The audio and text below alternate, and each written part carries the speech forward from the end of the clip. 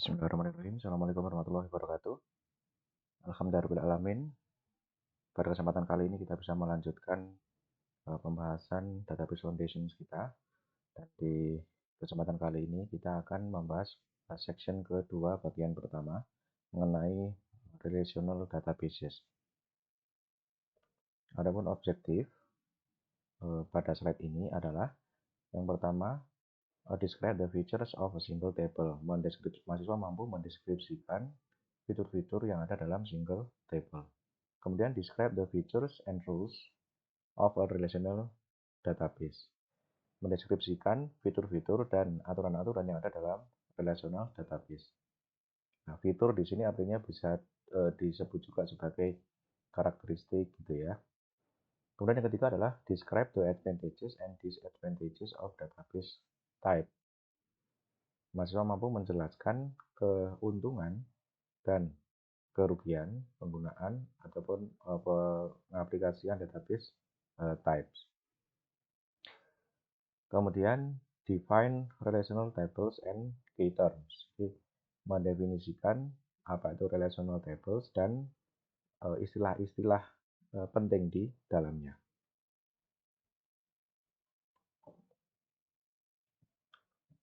Oke, kita sekarang masuk ke bagian single table. As discussed previously, ya, pada pembahasan sebelumnya, a flat file database is a type of database that stores data in a single table. Database berjenis flat file ini adalah jenis database yang dia itu menyimpan data dalam satu tabel utuh gitu ya. Jadi di single table. Flat file database are generally in plain text form, where each line holds only one record. Jadi di flat file system itu kalau ada tahu namanya .csv gitu ya. Nah, itu biasanya dia juga bentuknya flat file. Ya, jadi di dalam bentuk CSV itu kan ada misalkan record 1, kalau CSV kan koma separated value ya. Terus record 1, terus koma atribut 1, koma atribut 2, koma dan seterusnya. Itu yang ada dalam CSV. Nah, satu baris ini mewakili satu record. Ya, jadi satu baris ini mewakili satu record. Nah, bentuk tabelnya yang flat file itu bentuknya seperti ini. Misalkan record 1 itu satu baris ini mewakili kriteria ataupun atributnya dari record 1 gitu ya. First name, customer ID, first name, last name, address, dan city. Baris kedua ini mewakili atributnya dari record 2 gitu ya, dan begitu seterusnya. Kemudian kelebihan dan kekurangan dari flat file database. Kelebihannya, keuntungannya ya, easy to understand, lebih mudah untuk dipahami. Kemudian easy to implement, lebih mudah untuk diimplementasikan. Kemudian easy to extract information, lebih mudah untuk mengekstrak informasi. Kemudian all records stored in one place, seluruh record ini disimpan dalam satu tempat. Jadi kalau kita menjaga keamanannya, itu ya kita tinggal menjaga keamanan satu tempat saja gitu ya. Kemudian simple sorting and filtering of report. Dia bisa sorting dan filtering report berdasarkan kolom yang mana gitu ya. Seperti kalau kita pakai Excel misalkan, itu kan mau disorting berdasarkan kolom mana gitu, kita juga lebih mudah gitu ya. Kemudian less hardware and software requirement. Tidak membutuhkan hardware atau software tertentu. Ya, kalau kita tahu di database system itu kan butuh DBMS, database management system.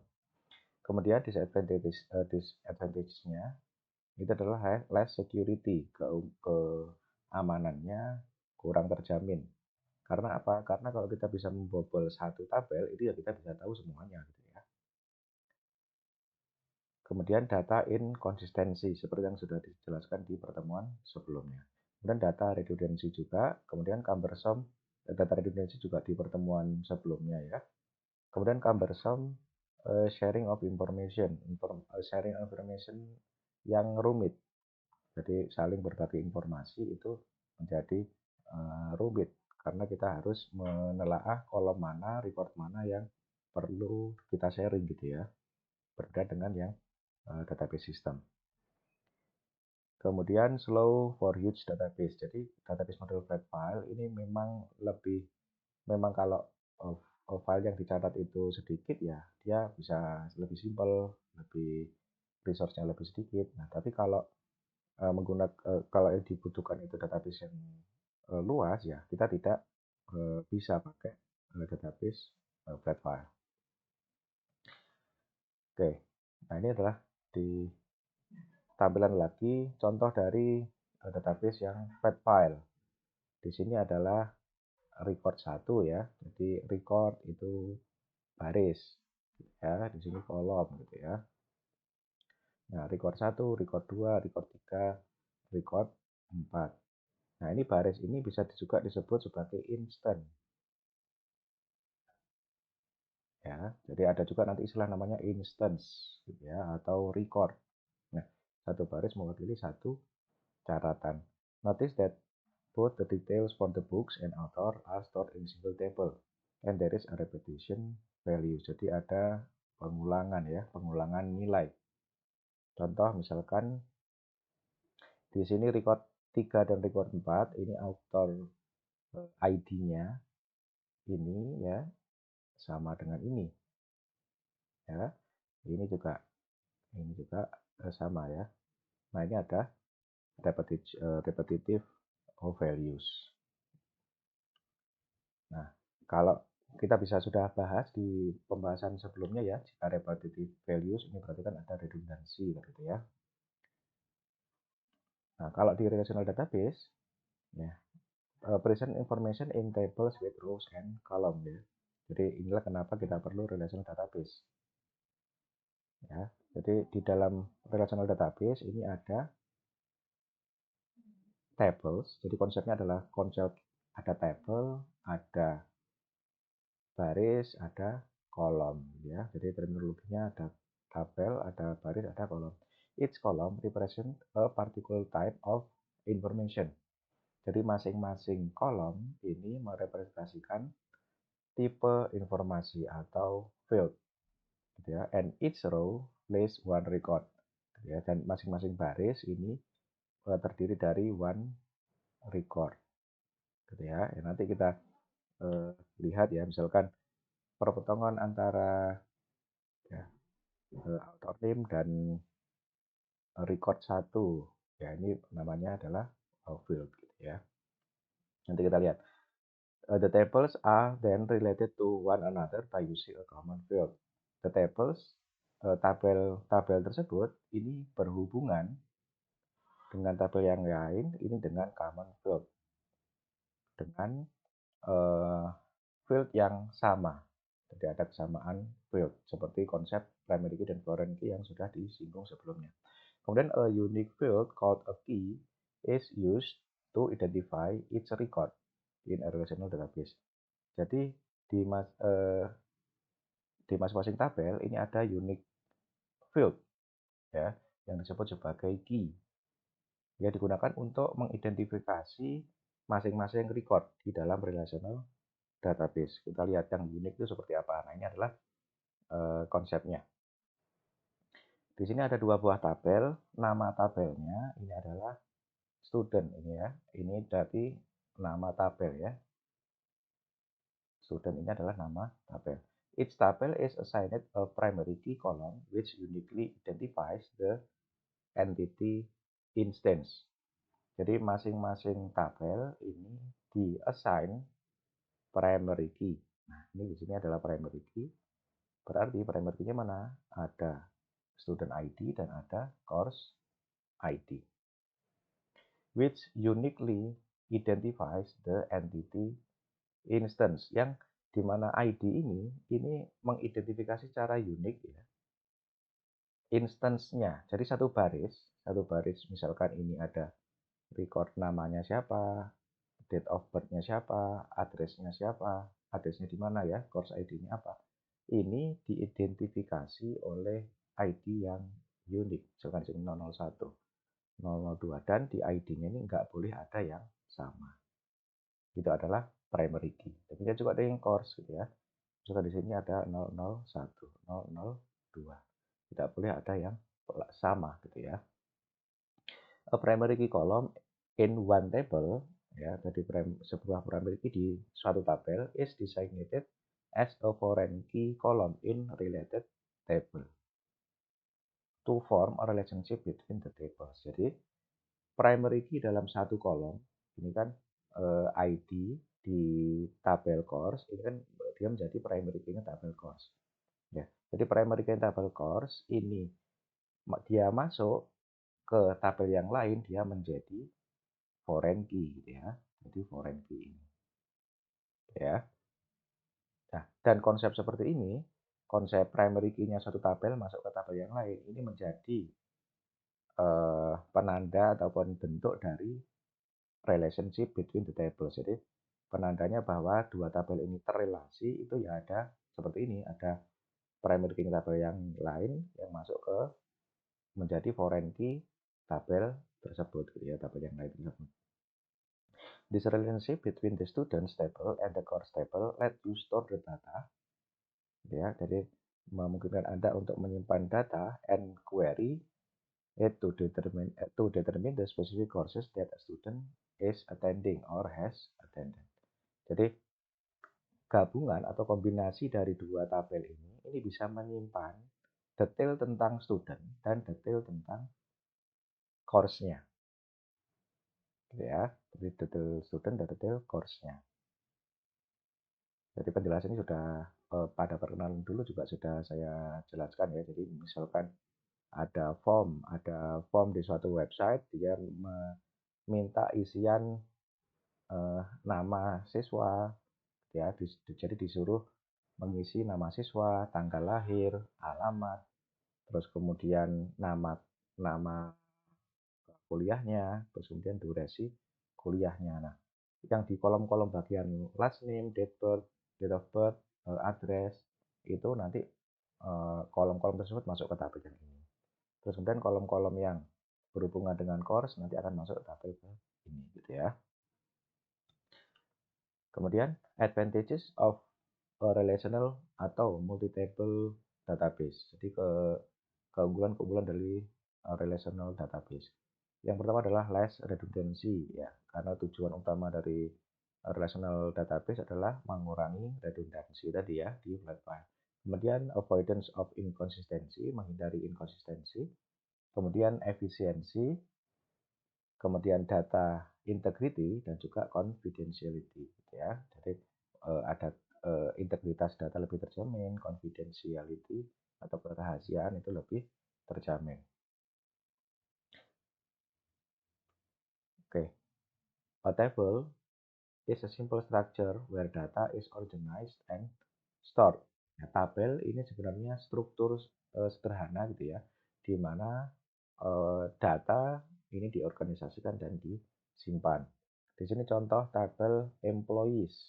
Ini kan berarti nama ya, tabel nama tabelnya ya, adalah tabel employees. Di sini ada kolom, di sini ada baris.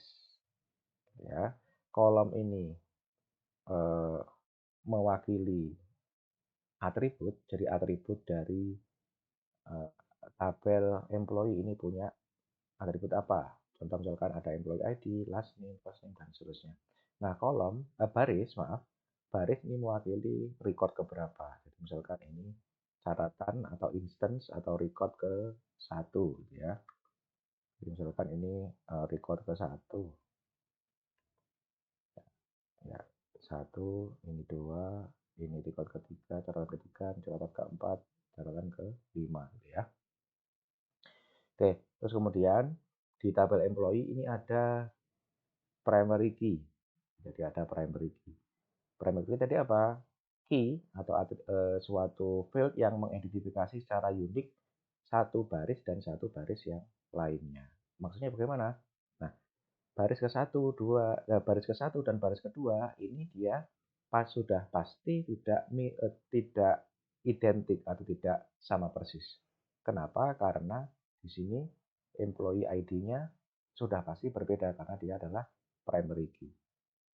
Ya.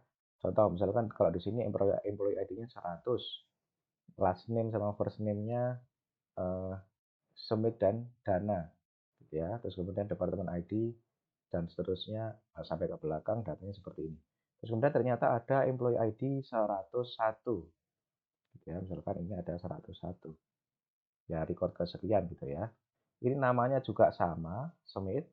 Ini sama, ini sama, ini sama, ini juga sama misalkan. Nah, kedua record ini tetap dianggap berbeda karena si primary key ini dia mengidentifikasi secara unik ya baris yang ke 101 atau baris di employee ID 101 tadi gitu ya. Jadi dia sudah dianggap unik walaupun cuma satu saja yang berbeda. Misalkan ada orang yang namanya sama seperti itu gitu ya. Oke, itu adalah fungsi dari primary key. Kemudian foreign key di sini foreign key ya. Foreign key adalah primary key dari tabel yang lain yang masuk ke tabel ini. Contoh, di sini ada namanya departemen ID. Berarti di sini dari tabel apa? Tabel departemen ya. Dari tabel departemen. Ya, jadi dan terus departemen ID ini di tabel departemen fungsinya jadi apa? Jadi primary key-nya gitu ya. Jadi primary key-nya. Kemudian ada unique key. Nah, unique key ini adalah primary key yang dia itu sebenarnya potensial untuk jadi unik ya. Jadi dia potensial untuk jadi unik, tapi dia bukan primary key-nya. Jadi bukan primary key-nya tabel ini. Gitu ya. Jadi payroll ID ini kan potensial untuk jadi unik ya. Jadi penanda masing-masing baris, tapi dia tidak menjadi primary key-nya gitu ya. Tidak menjadi primary key-nya si tabel employees ini. Gitu ya. Oke. Kemudian aturan-aturan dari relational database tables. Yang pertama, each table has a distinct name. Jadi namanya adalah harus unik, tidak boleh sama. Ya, jadi nama table harus unik, tidak boleh sama antara nama satu dengan nama yang lain. Kemudian each table may contain multiple row. Jadi dalam satu tabel harus bisa menampung beberapa baris gitu ya. Kemudian each table has a value to uniquely identify the rows. Jadi setiap tabel harus punya unique key ya, atau kita sebut sebagai primary key gitu ya, untuk bisa mengidentifikasi masing-masing baris secara unik. Kemudian each column in a table has a unique name. Masing-masing kolom ya harus unique name. Masing-masing kolom tidak boleh ada nama kolom yang sama gitu ya dalam satu tabel.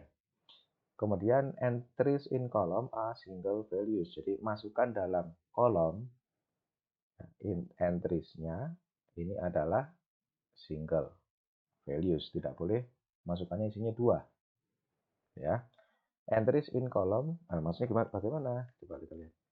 Masukkan dari masing-masing kolom ya, misalkan ini ada dana, ini nggak boleh isinya dua. Jadi isinya harus satu. Ya. Jadi dana ini masukannya satu, departemen ID satu masukannya ya. Jadi nggak boleh departemen ID-nya 10,2 itu tidak boleh. Ya, jadi harus satu. Kita balik lagi. Kemudian entries in column are the same kind. Jadi masukan di kolom ini jenisnya harus sama. Tipenya harus sama gitu ya. Kemudian order of rows and column is insignificant. Jadi urutan kolom dan baris ini tidak penting untuk diperhatikan. Jadi urutannya mau seperti apa saja boleh. Oke, jadi kita tadi sudah mempelajari key terms atau istilah-istilah dalam relational database ya. Jadi ada yang pertama table, basic storage structure. Kemudian ada column, atribut that describe the information in the table ya, atribut ya, kolom kata lainnya atribut. Kemudian ada primary key, the unique identifier for each row, penanda unik dari masing-masing baris gitu ya. Kemudian foreign key, a column that refer to a primary key column in another table.